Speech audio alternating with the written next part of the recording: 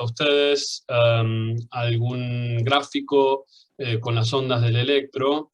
Nuevamente les digo que todo lo que vamos a cubrir acá, también la clase de mañana, se va a terminar de redondear en muchos sentidos, ¿sí? Porque la idea es que el ciclo cardíaco aúna todos estos conceptos, ¿sí? Entonces, vamos a definir y caracterizar cada uno de estos eventos básicos que vamos a analizar en un electrocardiograma. Entonces, habíamos comenzado con el análisis de cada una de las ondas, así que en su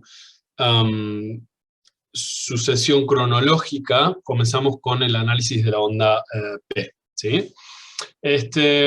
La onda P característicamente va a tener una duración aproximada en 0,08 a 0,1 segundo, ¿sí?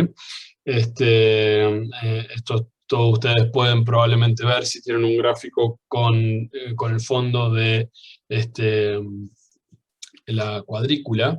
Supongo que podemos ir atrás y adelante con esto como para volver a repasar esto acá, ¿sí? Entonces si contamos 1, 2, 3, 4, 3,5, ¿sí? Y lo multiplicamos estos cuadraditos por 0,04, que era la cantidad de segundos, ¿sí? Entonces ahí nos va a dar justamente en cada uno. Entonces en este gráfico tenemos que más o menos estaría durando 0,07 segundos, que es la duración normal de la onda P, ¿sí? Nuevamente a la tabla, entonces vamos a recordar que la onda P representa la onda de despolarización que se comienza a propagar desde el nodo sinoatrial o nodo sinusal a través de las aurículas, ¿sí? Hay que definir que ambas aurículas, ¿sí?, se despolarizan al mismo tiempo. Entonces, cuando vemos la onda P, tanto la aurícula izquierda como derecha está contemplada justamente en la misma onda, ¿sí?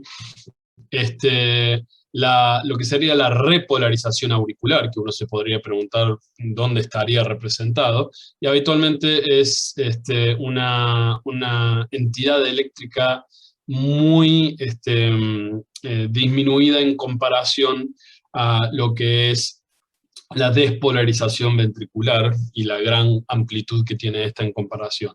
Pero sí, las aurículas se repolarizan, pero no tenemos un evento visible en el electrocardiograma de justamente la repolarización auricular, ¿sí? Así que todo lo que se tarda, ¿sí?, en iniciar el estímulo o la onda potencial desde el nodo sinusal y la completa despolarización auricular está justamente representada en la onda P. Y justamente las células miocardiocitarias especializadas, que justamente constituyen este grupo de células del nodo sinusal, tienen la propiedad justamente del automatismo, ¿sí? Entonces inician de manera automática y con las características que hacen a que este sea el marcapasos intrínseco cardíaco, ¿sí?, para que justamente sea quien en la actividad intrínseca esta sea justamente la más alta. La actividad intrínseca significa los fenómenos a los cuales va a ser gatillados las distintas potenciales de acción en cada uno de los lugares donde va a haber una corriente eléctrica de despolarización. Entonces, en cada uno de los nodos vamos a determinar la cantidad de actividad intrínseca, y esto ya lo habíamos hablado cuando vimos que la más alta, probablemente, va a estar siempre en el nodo sinoatrial, y por eso el ritmo, ¿sí?, se va a iniciar en este grupo de células, y es justamente lo que da origen al concepto de ritmo sinusal. ¿De acuerdo? Bien. Entonces, como habíamos dicho, ¿qué fenómeno eléctrico se da?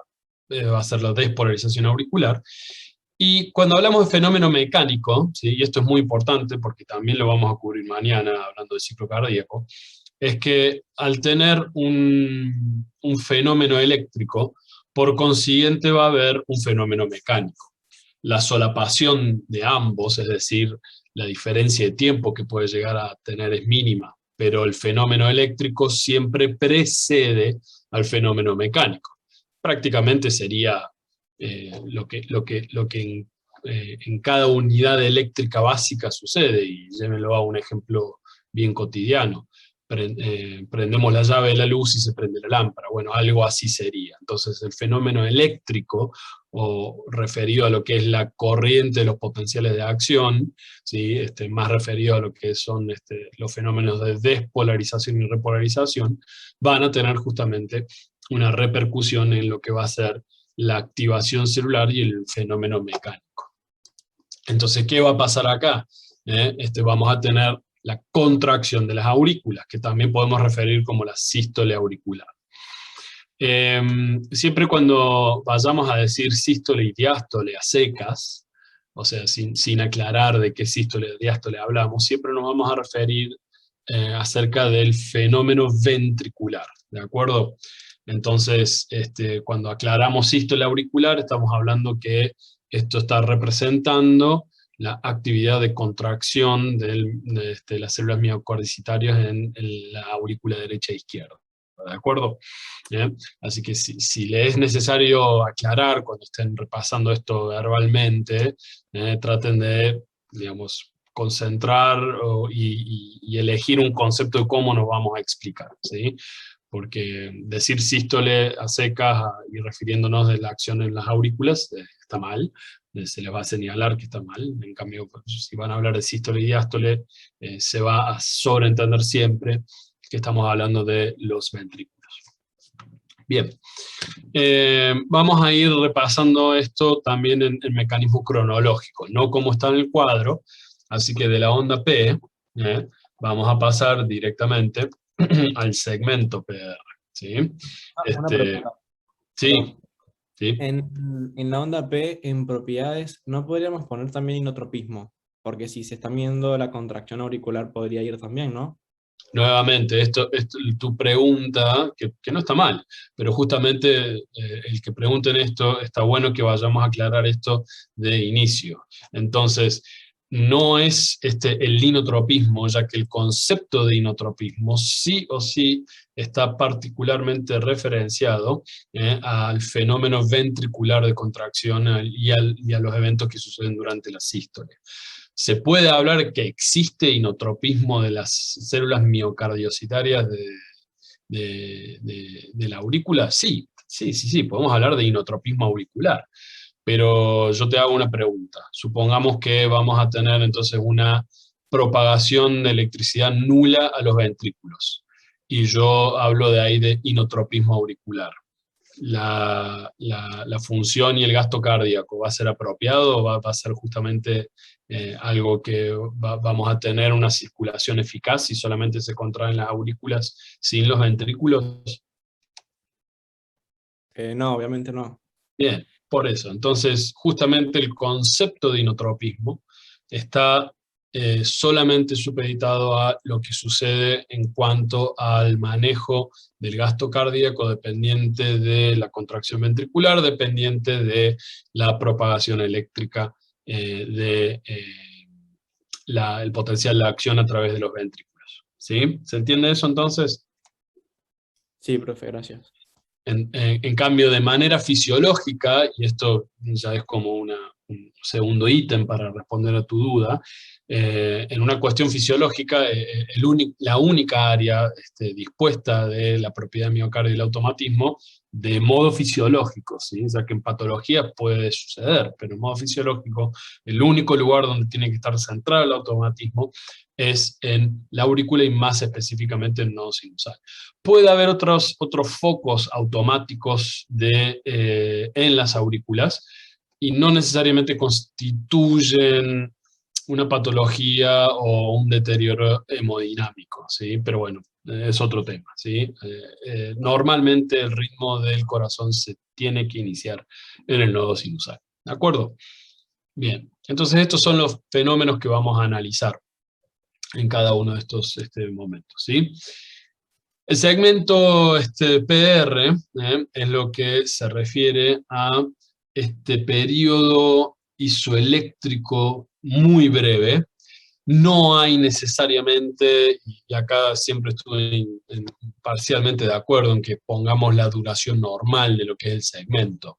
Pero sí, probablemente esté en esos estándares de duración, suelen ser 2 cuadraditos, 2,5, pero habitualmente vamos a tener que simplemente posarnos sobre el concepto de lo que es este momento, en donde termina justamente la despolarización de las células auriculares, y el impulso justamente está localizado en otro de los marcadores más importantes del sistema de conducción o sistema cardionectar.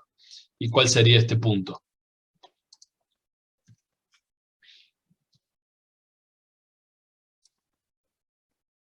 ¿A dónde llegó la onda de despolarización en este momento en el segmento PR? A los Luis, acá. ventrículos. En el no aurículo ventricular. En el nodo auriculoventricular. Perfecto, ¿sí? Entonces, en el nodo auriculoventricular, justamente el nodo auriculoventricular representa un poco la pausa de conducción, ¿sí? Eléctrica al corazón, ¿de acuerdo? Entonces, esto hace que tengamos este pequeño momento, esta pequeña pausa, si se quiere, de milisegundos, para comenzar la conducción, ¿sí? O anticipar, mejor dicho, la conducción hacia el sistema ventricular, ¿de acuerdo? Entonces, lo que hace a la conexión eléctrica auriculoventricular, desde el punto de vista eléctrico, es justamente el dromotropismo, ¿sí? Que es lo que yo puedo definir. El concepto de conducción en este caso quiere decir que vamos a tener una reciprocidad fluida entre las aurículas y los ventrículos. Es decir, el fenómeno de contracción que se va a comenzar en las aurículas, luego pasa a los ventrículos, y quien regula esta actividad es justamente el nodo auriculoventricular, ¿de acuerdo? Si tenemos un ritmo nodal, es decir, cuando patológicamente se inicia el nodo auriculoventricular, habitualmente es mucho más bajo este gatillo intrínseco. Por eso justamente hablamos de quién inicia el automatismo, siempre nodo sinusal. Hay una regla muy básica en lo que es la conducción intrínseca cardíaca, que es el que late más rápido gana, ¿sí?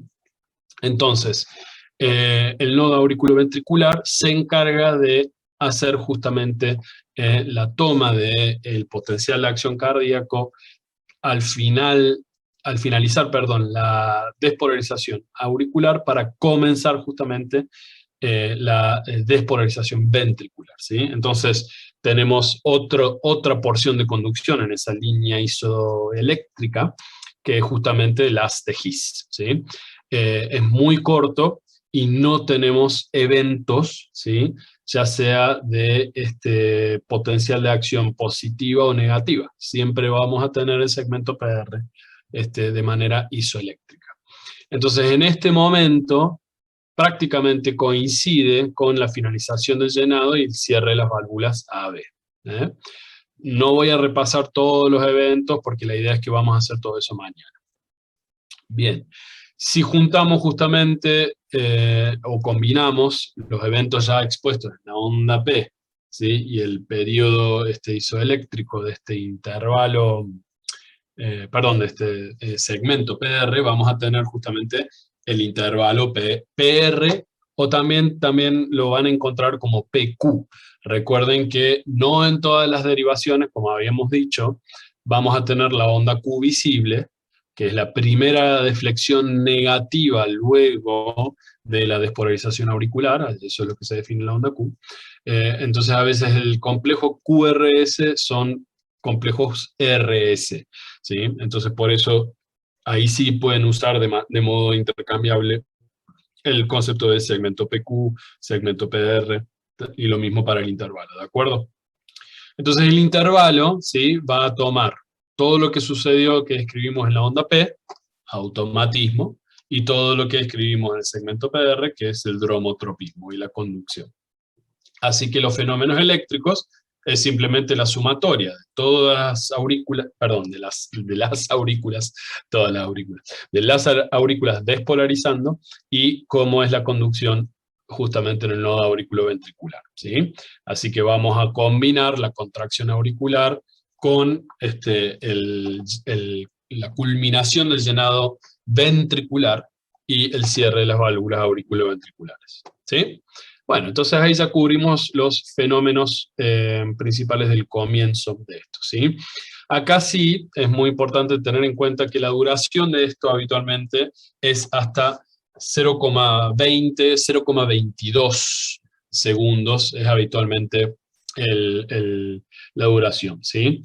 Si el intervalo PR es mayor a este límite, entonces ahí tenemos el concepto de bloqueo, o sea que tenemos una alteración de la conducción, vamos a tener un bloqueo auriculoventricular.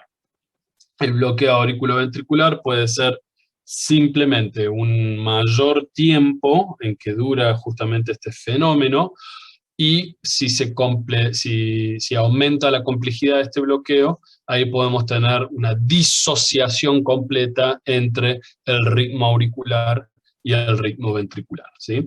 Este tipo de bloqueos muy avanzados son, por ejemplo, causas para colocar un marcapasos externo, ¿sí?, en personas que tienen este tipo de bloqueos muy avanzados, ¿de acuerdo?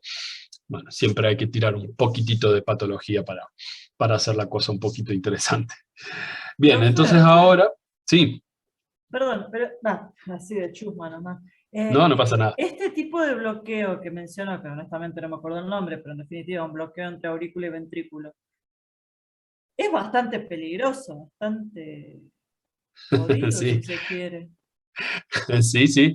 Insisto, hay un espectro de bloqueo, ¿sí? O sea, no todo bloqueo es jodido, como bien lo caracterizaste.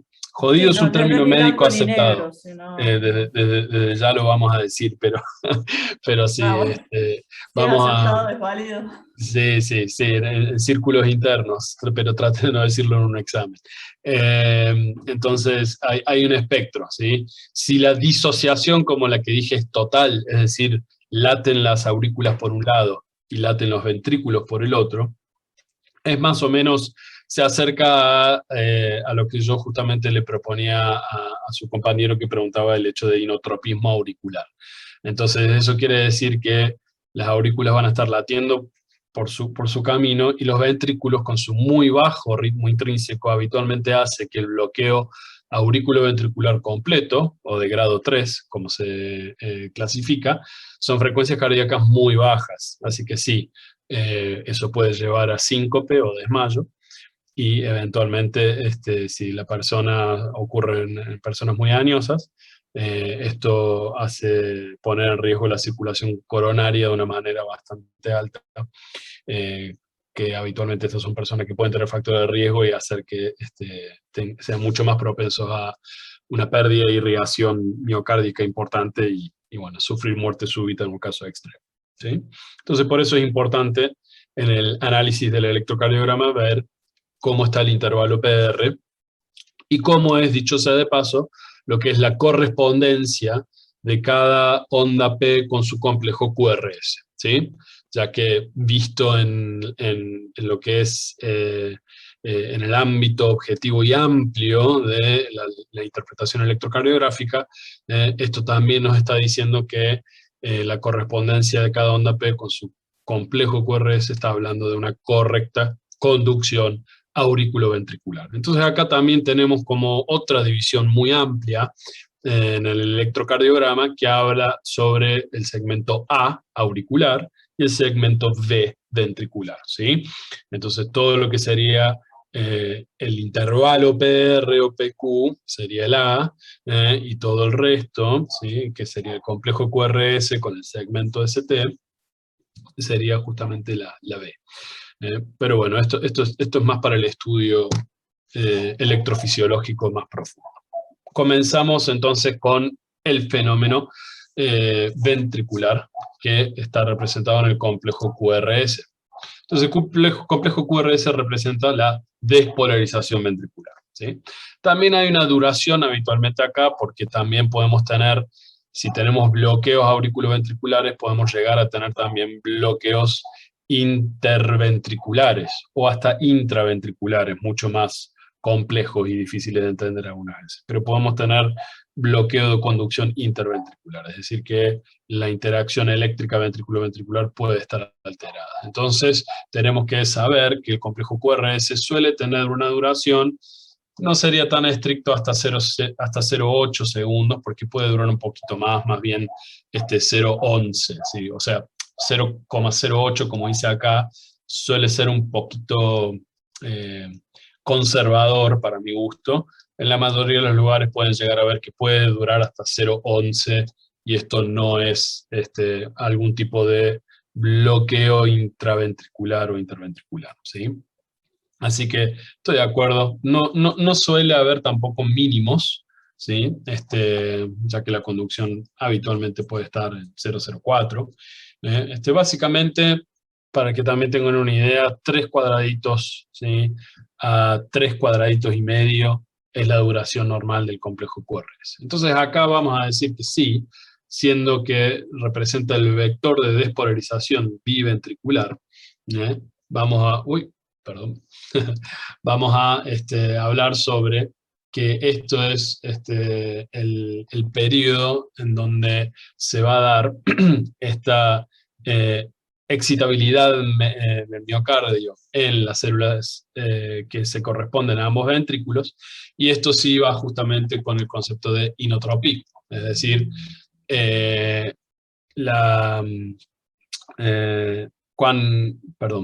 no me sale la palabra, cuán eficaz, ahí está, cuán eficaz, ¿sí? Va a ser justamente la onda de despolarización ventricular para justamente obtener una contracción ventricular que sea responsable del mantenimiento adecuado de un volumen minuto, ¿sí?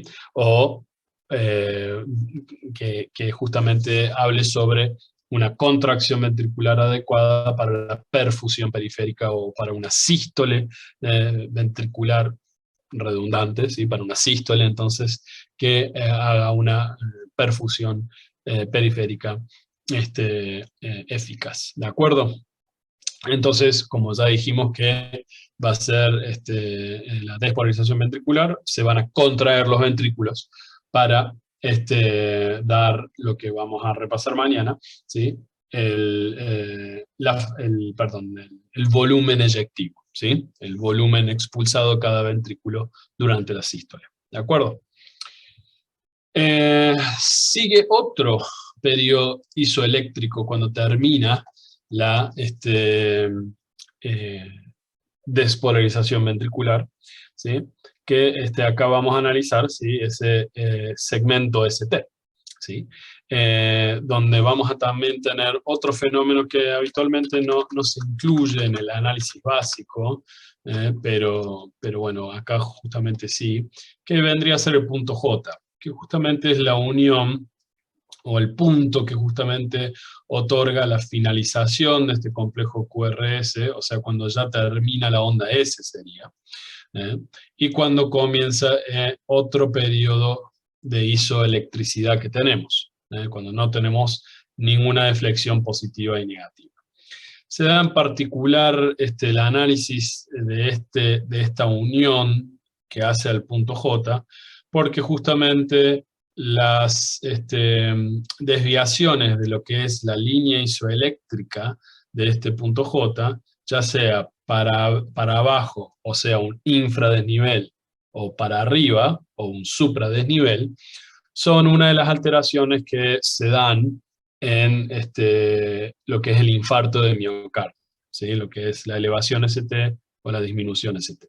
No vamos a entrar en el estudio de esto, por supuesto, pero eso es justamente la importancia de mantener que este punto J esté al mismo nivel de lo que es la línea isoeléctrica o línea basal del resto de nuestro trazado electrocardiográfico normal, ¿sí? Eso es lo que justamente nos detenemos en tratar de representar este punto. Entonces este periodo isoeléctrico, ¿sí?, es el periodo en el cual comienza la fase, lo que se llama de plató, ¿sí?, del potencial de acción ventricular. Básicamente, ¿sí?, está dando la finalización del periodo sistólico para que comience el periodo diastólico, ¿de acuerdo? Entonces, acá vamos a tener la fase donde va a comenzar la repolarización ventricular, ¿sí? Entonces, nuevamente, vamos a segmento ST. Nuevamente, no hay valores normales que acá uno tenga que realmente ver, ¿sí? No hay valores absolutos que uno tiene que ver. No se mide normalmente su duración. Lo que es más importante es justamente la evaluación del punto J, ¿sí? Eso es lo más importante, pero no hay una duración, no hay mínimo y máximo del segmento ST.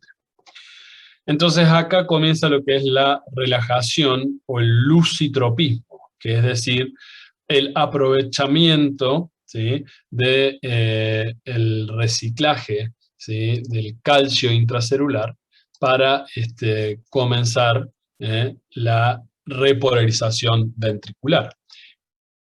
Y lo que es el comienzo, o mejor dicho, la porción en donde se transita la finalización de sístole y el comienzo de diástole.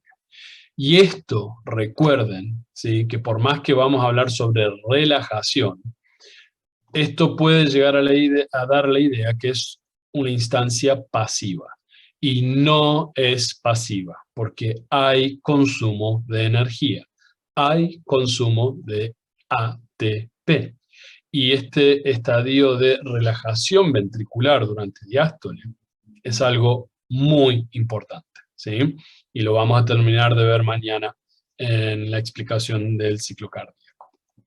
Entonces, se está iniciando la repolarización ventricular, pero al mismo tiempo que este segmento marca su duración, la eyección ventricular continúa, pero está en su última fase, ¿de acuerdo? Entonces este segmento ST prácticamente es un punto en donde se da la finalización de la sístole y el comienzo de la diástole, ¿sí?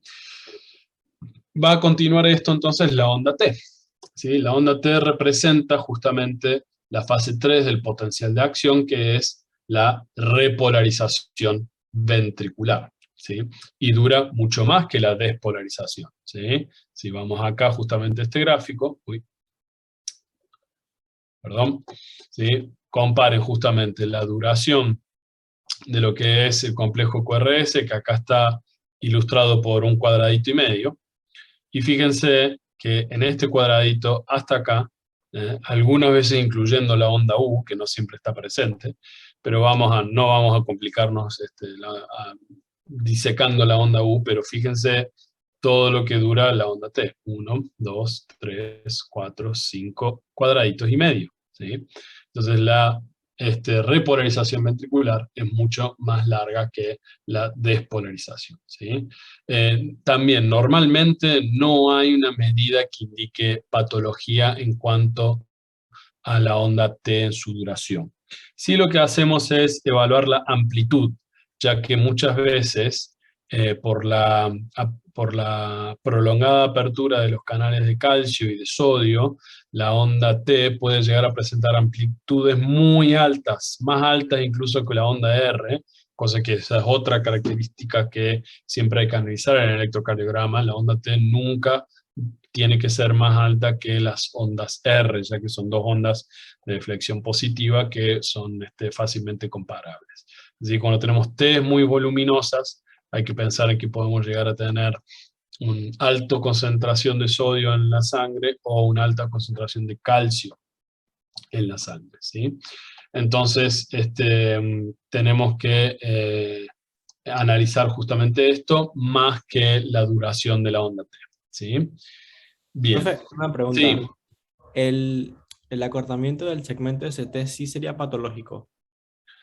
No, no necesariamente, porque se puede llegar a ver, sobre todo en personas como ustedes, adultos jóvenes, adolescentes, que ese acortamiento de la ST da el fenómeno de lo que se llama repolarización precoz. Entonces, en algunos electrocardiogramas podemos ver que ni bien termina el complejo QRS, tenemos casi que ahí nomás un cuadradito de punto J, y nuevamente el comienzo de la onda T. Pero bueno, en eso siempre hay que ver, por eso siempre digo, el electrocardiograma siempre va a estar relacionado a un paciente, ¿de acuerdo? Entonces tenemos que ver edad de ese paciente, tenemos que ver el sexo de ese paciente, y tenemos que ver sobre todo síntomas de ese paciente, ¿sí? Así que si nosotros mostramos electrocardiogramas aislados, representando fenómenos que difieren o distan de un poco de este cuadro que estamos viendo, sí, van a haber ciertas variaciones de la normalidad y otras que no necesariamente van a ser variaciones de la normalidad, sino que van a ser algo patológico. Por eso no se mide habitualmente el segmento ST.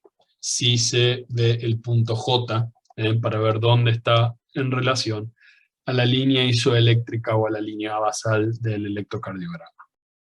Entonces, una vez que tenemos el inicio de la onda T, continúa justamente la relajación miocárdica con lo que se llama, o lo que se denomina el lucitropismo, ¿sí? Básicamente es el hambre de calcio, para que justamente se logre una relajación miocárdica, pero con consumo energético.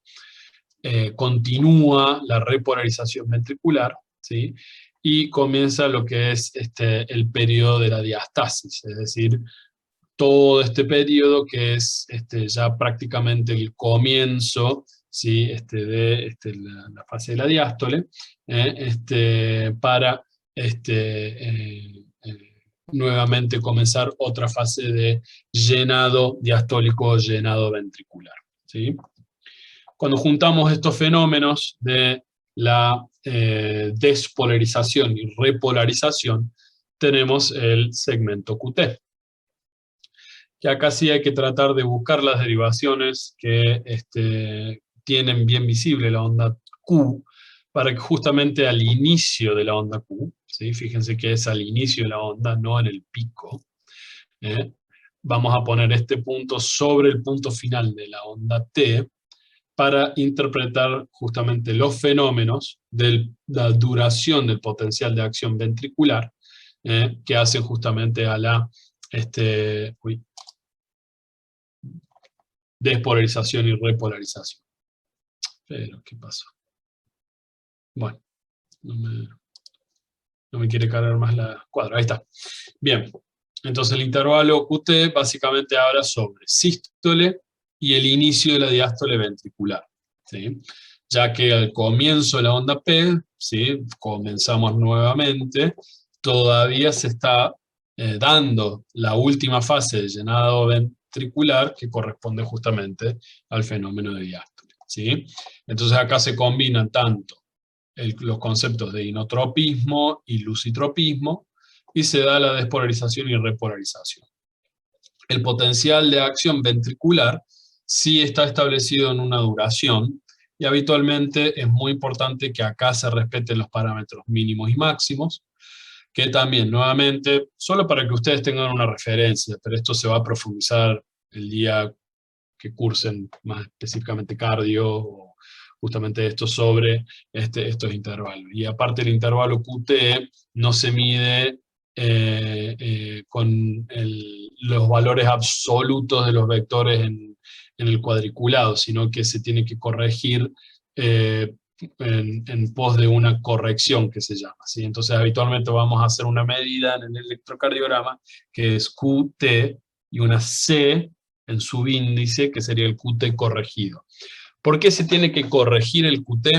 No les voy a preguntar porque me voy a tomar mucho tiempo y quiero terminar con lo que tenemos que ver hoy, porque justamente el intervalo QT, su duración, se va a relacionar con la frecuencia cardíaca.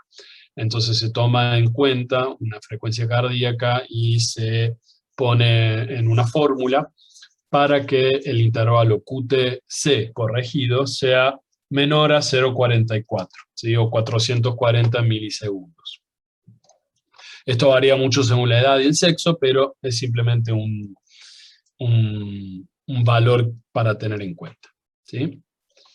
Bueno, muy bien. Esto entonces terminamos de ver este cuadro.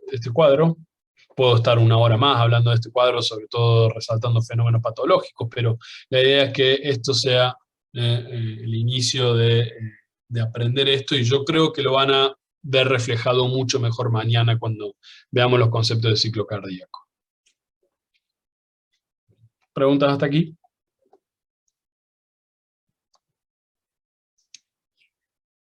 ¿Quién? Sí. ¿No? Bueno, si necesitan que repita algo, vea algo, si no quedó claro alguno de los conceptos que dijimos, no tengo ningún problema. Si quieren comenzamos con el otro práctico, anoten si hay dudas de esto y las respondemos al final si les parece, ¿de acuerdo?